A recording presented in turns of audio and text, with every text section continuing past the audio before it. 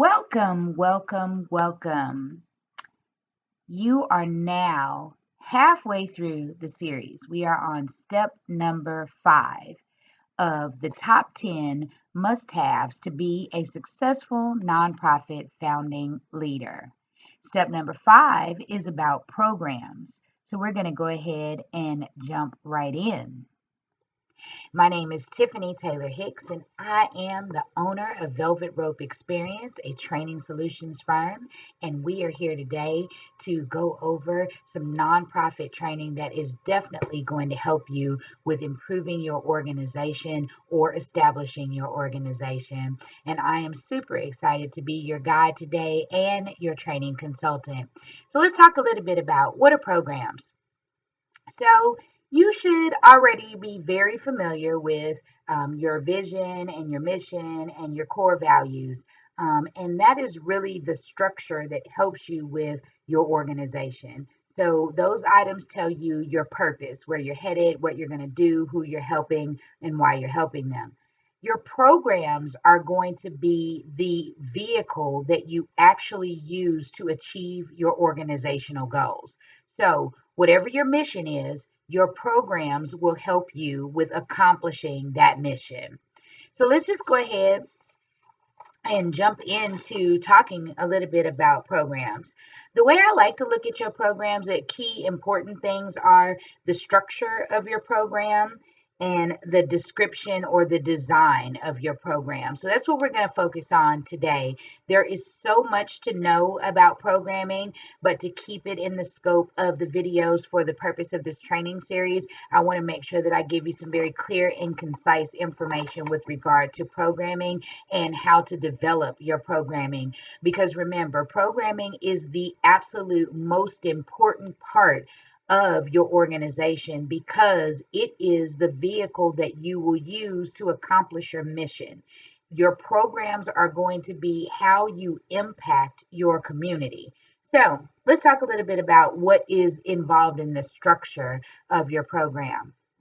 One of the things that the number one thing you have to include is what is the outcome? What are the expected outcomes of your programming? So, what is the impact that you expect your programming to have on your target audience? The next thing is what are the goals and the objectives? So, what are the attainable goals that you, whether they're short term and long term, that what are the goals that you intend to achieve through your programming? And then last is what is the strategy that you are going to use for your programming as far as it relates to developing, as it relates to distributing, and then also following up and evaluating. That's also a part of your strategy. So when we talk about programming, how do you define your programs?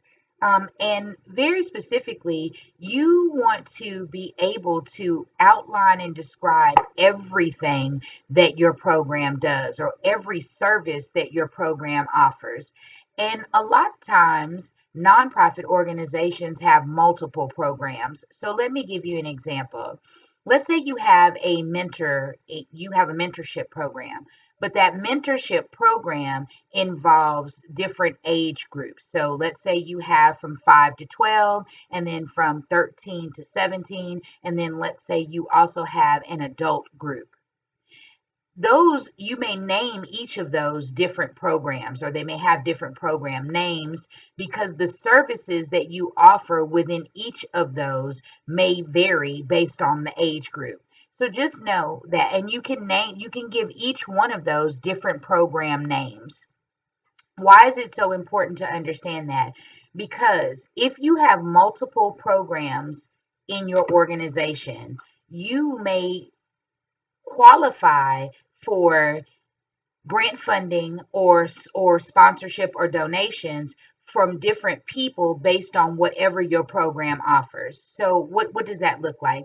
That means that if your organization does family services, but you have something very specific that you offer to children like tutorial services, you may qualify for any type of educational grant. Whereas another one of your family services might be to offer a food pantry, which means that you would qualify for any type of grant with regard to feeding the hungry, or even if maybe if someone in the group is homeless. So you just want to keep in mind that whatever your mission is for your organization, you can break that mission down into as many programs as you need to be successful at achieving your goals for your organization. But know that for each program that you have, it is necessary for you to make sure that you outline what that program's outcome is going to be, what your goals are for that very specific program, and then the strategy that you're going to use to deliver that program in the community. So, what services do you offer? And then you want to have a very good description of those services. So, if it is a mentorship program and that mentorship program involves leadership and you have leadership training, or if it's a mentorship program and you have etiquette training, you want to make sure that you add everything that falls under that program. And then you also want to make sure that you give a good description of the service that falls under that program and the impact that that service will have on its participants. The next thing you want to do is you want to clearly define who your target audience is for each program. So again, are there girls involved in this particular program? Is it for young men? Is it for athletes? Is it for pregnant young mothers? Who is the target audience for each of your programs? That is super important. And then also, you want to outline, how does one qualify to receive services? So how do they qualify to enter into that program? What is the prerequisite for them to be a part of the program? So here's an example. If you have a mentorship program, you may want to define that mentorship program by you're mentoring young men who don't have father figures, or maybe you are mentoring young men who have lost their father, or young men who have been in the military and now are reacclimating themselves into education. So you just want to sit and you want to think about exactly what does the person have to do to qualify to be a participant in the program. And that's super important because that talks a lot about who your target audience is and who needs the programming. And that brings me to the next option. The next thing is going to be, you need to know very specifically, what pain point does your programming address? So, what need is there for this program in your community? What pain point are you solving? and and it's very important for you to outline that very specifically. If you can give percentages, if you can give an example, if you can go out and you utilize census, or any type of information that drives home a qualifying reason for you to be delivering this program. So what do I mean by that? Very specifically, if you've gone out and you have identified that 40% of the young African American men in your community require mentorship. And the reason why they require mentorship is maybe they're dropping out of school in a particular area at a higher rate. And you want to help with reducing the dropout rate. So as a result, you are going to do a mentorship program, right? So what is the pain point? The pain point is that there are young men in the community that are dropping out of school at a high rate. And what does your programming do? So your programming is providing them with a mentor, or it's providing them with internships, or whatever it is that you are providing. But whatever whatever you provide is going to help you with reducing the problem or solving the problem. Okay? So let me go back over that really again so I can make sure that I'm being clear. Whenever you are writing your programming, you want to make sure that there is a problem that you are solving as a result of the programming. The services that you offer inside the program must address a problem that needs to be solved. And it must be a problem that is impacting your community. You want to be very sure and specific about the problem and how it is affecting the community so that when you write your description, you can talk about how your program and services will help with solving the problem and the impact it will have on those that participate in the programming. So next is going to be if you have any collaboration opportunities in your programming. So keep in mind, in your program, you may not have the budget to accommodate everything that you want to run in your program. So you may collaborate with another organization that is able to offer a service through your programming. So an example would be, let's say that you don't actually have a leadership program or you don't have a leadership training that is specific to your organization. But if you collaborate with Velvet Rope Experience and have us come in and train your leadership team or train your team's leadership, that's a collaboration. And that is perfectly fine when it comes to programming. You want to look for an opportunity to maximize any or leverage any collaborations that you have the ability to. And here's why. A lot of times collaborations, you can offset cost by collaborating with another organization that already has a built-in program, that already has a built-in service. Or sometimes instead of receiving a monetary donation, you can ask for a person to donate their time to deliver a service for you or for your organization. So collaboration is always going to be key, and you should always be looking for opportunities to collaborate. Another thing that you want to do with your programming is make sure that you are following any rules or any regulations that need to be handled or followed according to the city, the state, or according to the federal government. So if there's any regulations or mandates or anything that you have to make sure that you are following, you want to make sure that you are researching that and you want to make sure that you are embedding that into your programming. That is super important. So, for instance, if there is a part of your programming that requires for people to have background checks, if it is a part, if there's something in your programming that requires for a person to have a certain certification. So, for instance, let's say that you have a program that involves counseling, right? That you may want to make sure that you have a certified counselor available in your programming. And you just want to make sure that you are following anything that, if it's a rule or a regulation and this city or state or government mandated, please make sure that you are incorporating that into your programming. That is super important. Another thing is, and this is really important, keep in mind that you are probably, I can almost guarantee 95% that you are not the only organization in your city that offers the type of help that you offer, especially if you're in a big city. So if you're in a big city like Houston, which is where I am, woo-hoo, okay, that is a good shout out for my city. But if you are in Houston, there are so many organizations that offer mentorship. They offer girls mentorship. They offer young adult. They offer young men. There are all types of mentorship programs in the city of Houston.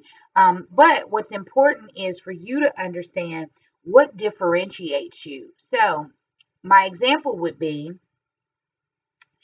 let's say there are 7 organizations in your city that offer food pantries. You want to have something that differentiates you from the other food pantries. So, let's say that very specifically, your food pantry delivers where the other food pantries, people have to come and pick up the food.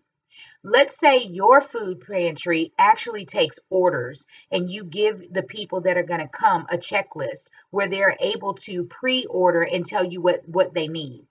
Or let's say you're a mentorship program, and very specifically in your mentorship program, you are about teaching leadership. Or let's say in your in your mentorship program, you very specifically teach empowerment.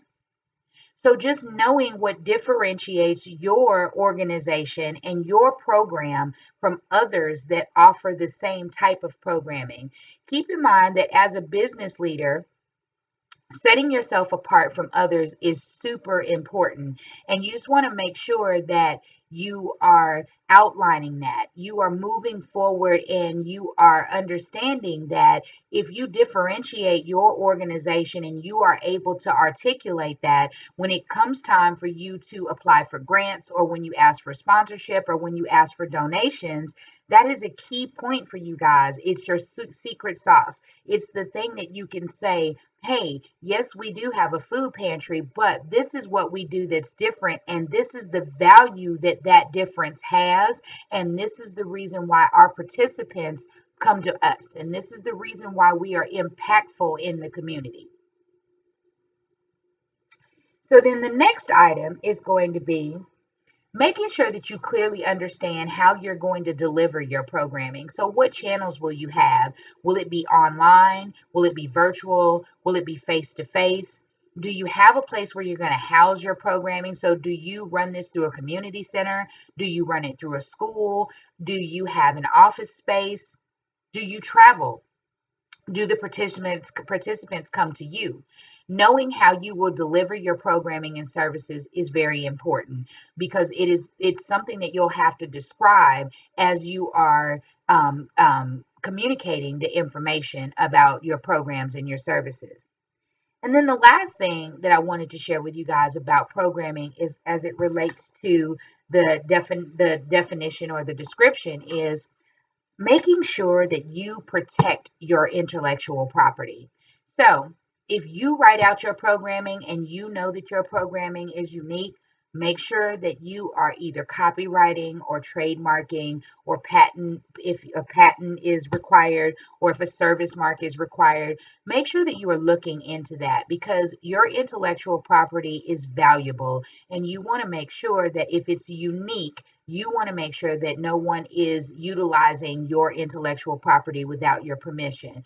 So, a good example would be let's say that you hired Velvet Rope Experience to create a training program for you and it's customized.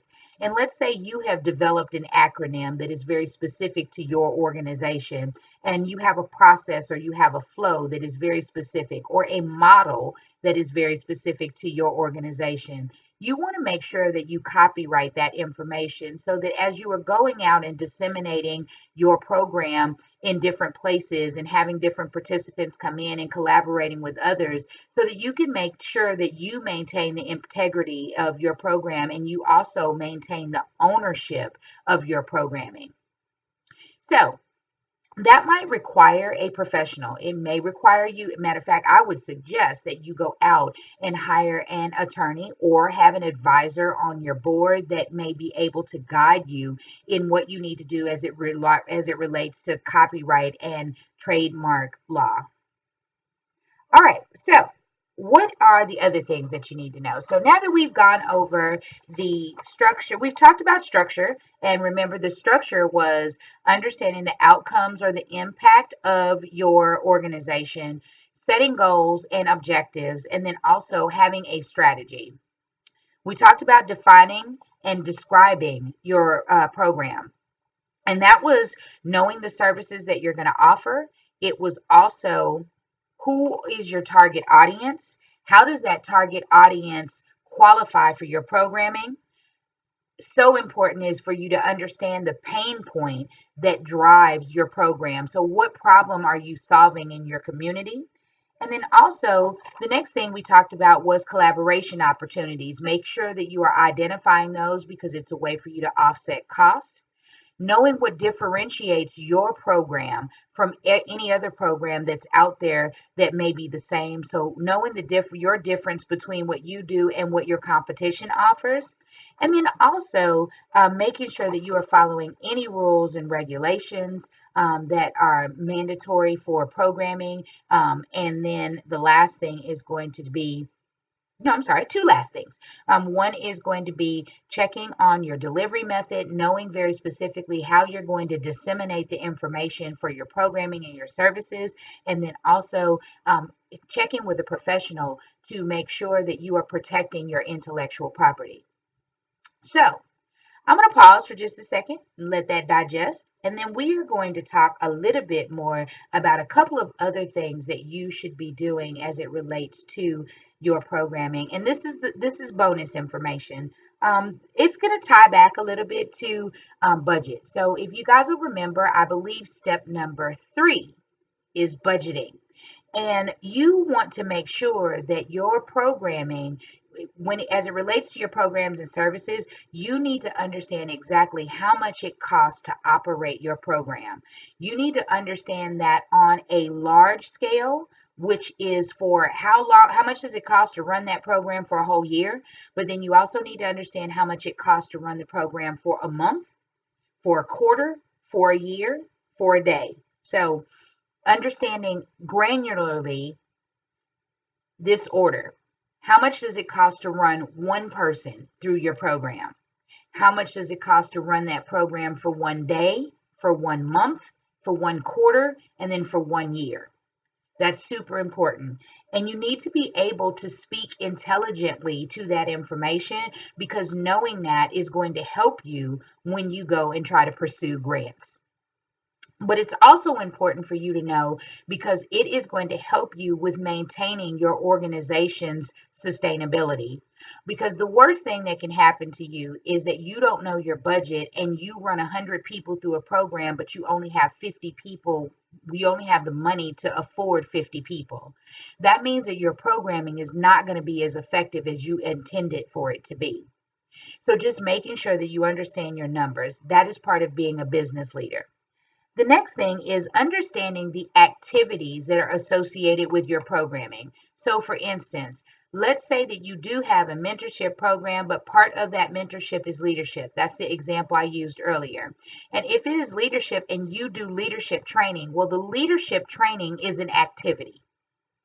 You need to know exactly what activities will fall in the line of your programming. So, do you take kids out to the museum? Do you take kids to the zoo? Do you have a celebratory event that happens during the year? Do you have an etiquette class that you teach? Do you have a car wash? That's an activity. What activities are involved in the programming? That's very important for you to know. So, what activities and events are involved in the programming? And remember, if you have multiple programs, that means that you are potentially going to have multiple activities. And what does that mean? That means that you need to understand how much those activities cost as it relates to the programming, and that's super important. You need to know how much your events cost as it relates to the program. That is part of the budget, and that's super important. Another thing that you want to make sure that you are able to do is create milestones and benchmarking for yourself for your program. So, and that's part of setting your objectives or your goals. So, part of that could be when you start your program, your goal is to sign up 25 girls for your mentorship program. And then you want to benchmark when you hit that 25.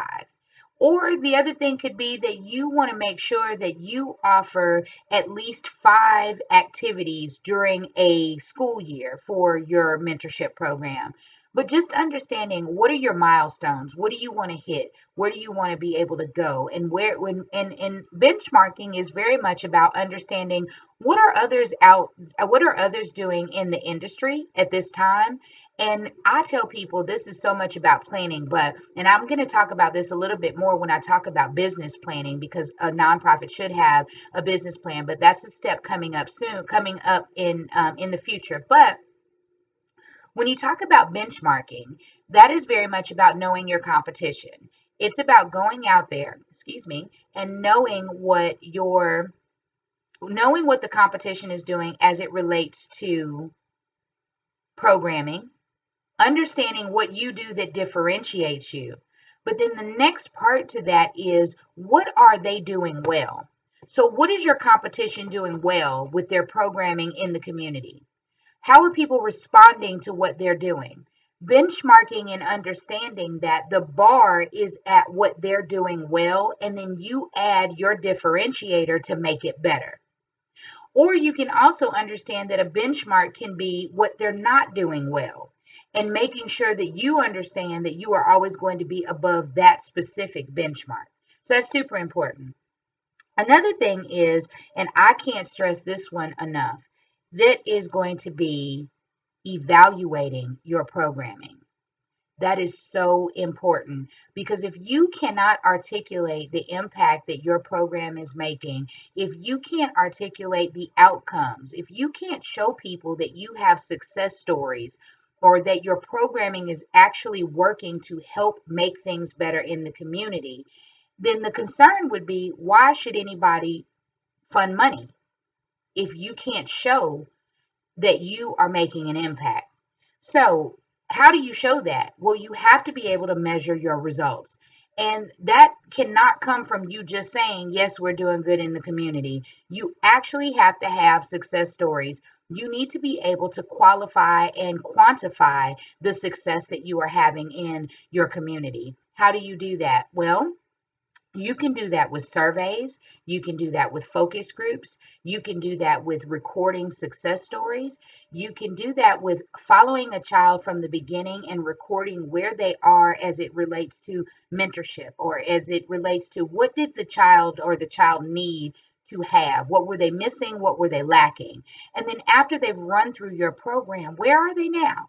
How are they behaving? Have they improved? Are they a leader? Are they paying more attention in school? Do they have better grades? Have they made a decision to continue their education? Are they now registered or enrolled to go to college? So those are success stories, and those are things that you should be measuring. There are lots of things that you can do, and we can teach you here at Velvet Rope Experience about how to measure your success. But just understanding that that is important, because as a business, you have to follow up with your audience or with your clients or with your customers.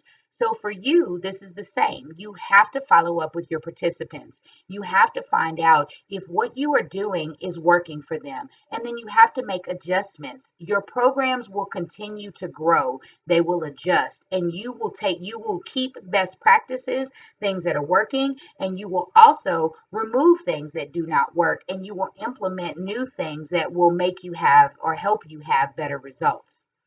And then the final item is going to be marketing your program. And we'll talk about branding and marketing in another step, but just understanding that when you are writing your program, you want to think about how you will be marketing or branding that program so that people will take notice to it, so that people in the community will identify your program, and you want to know what kind of voice is that program going to have. And that's super important when it relates to, number one, recruiting participants. So marketing helps you with recruiting participants, but marketing is also going to help you with recruiting volunteers, and it will also help you with acquiring sponsors and donors.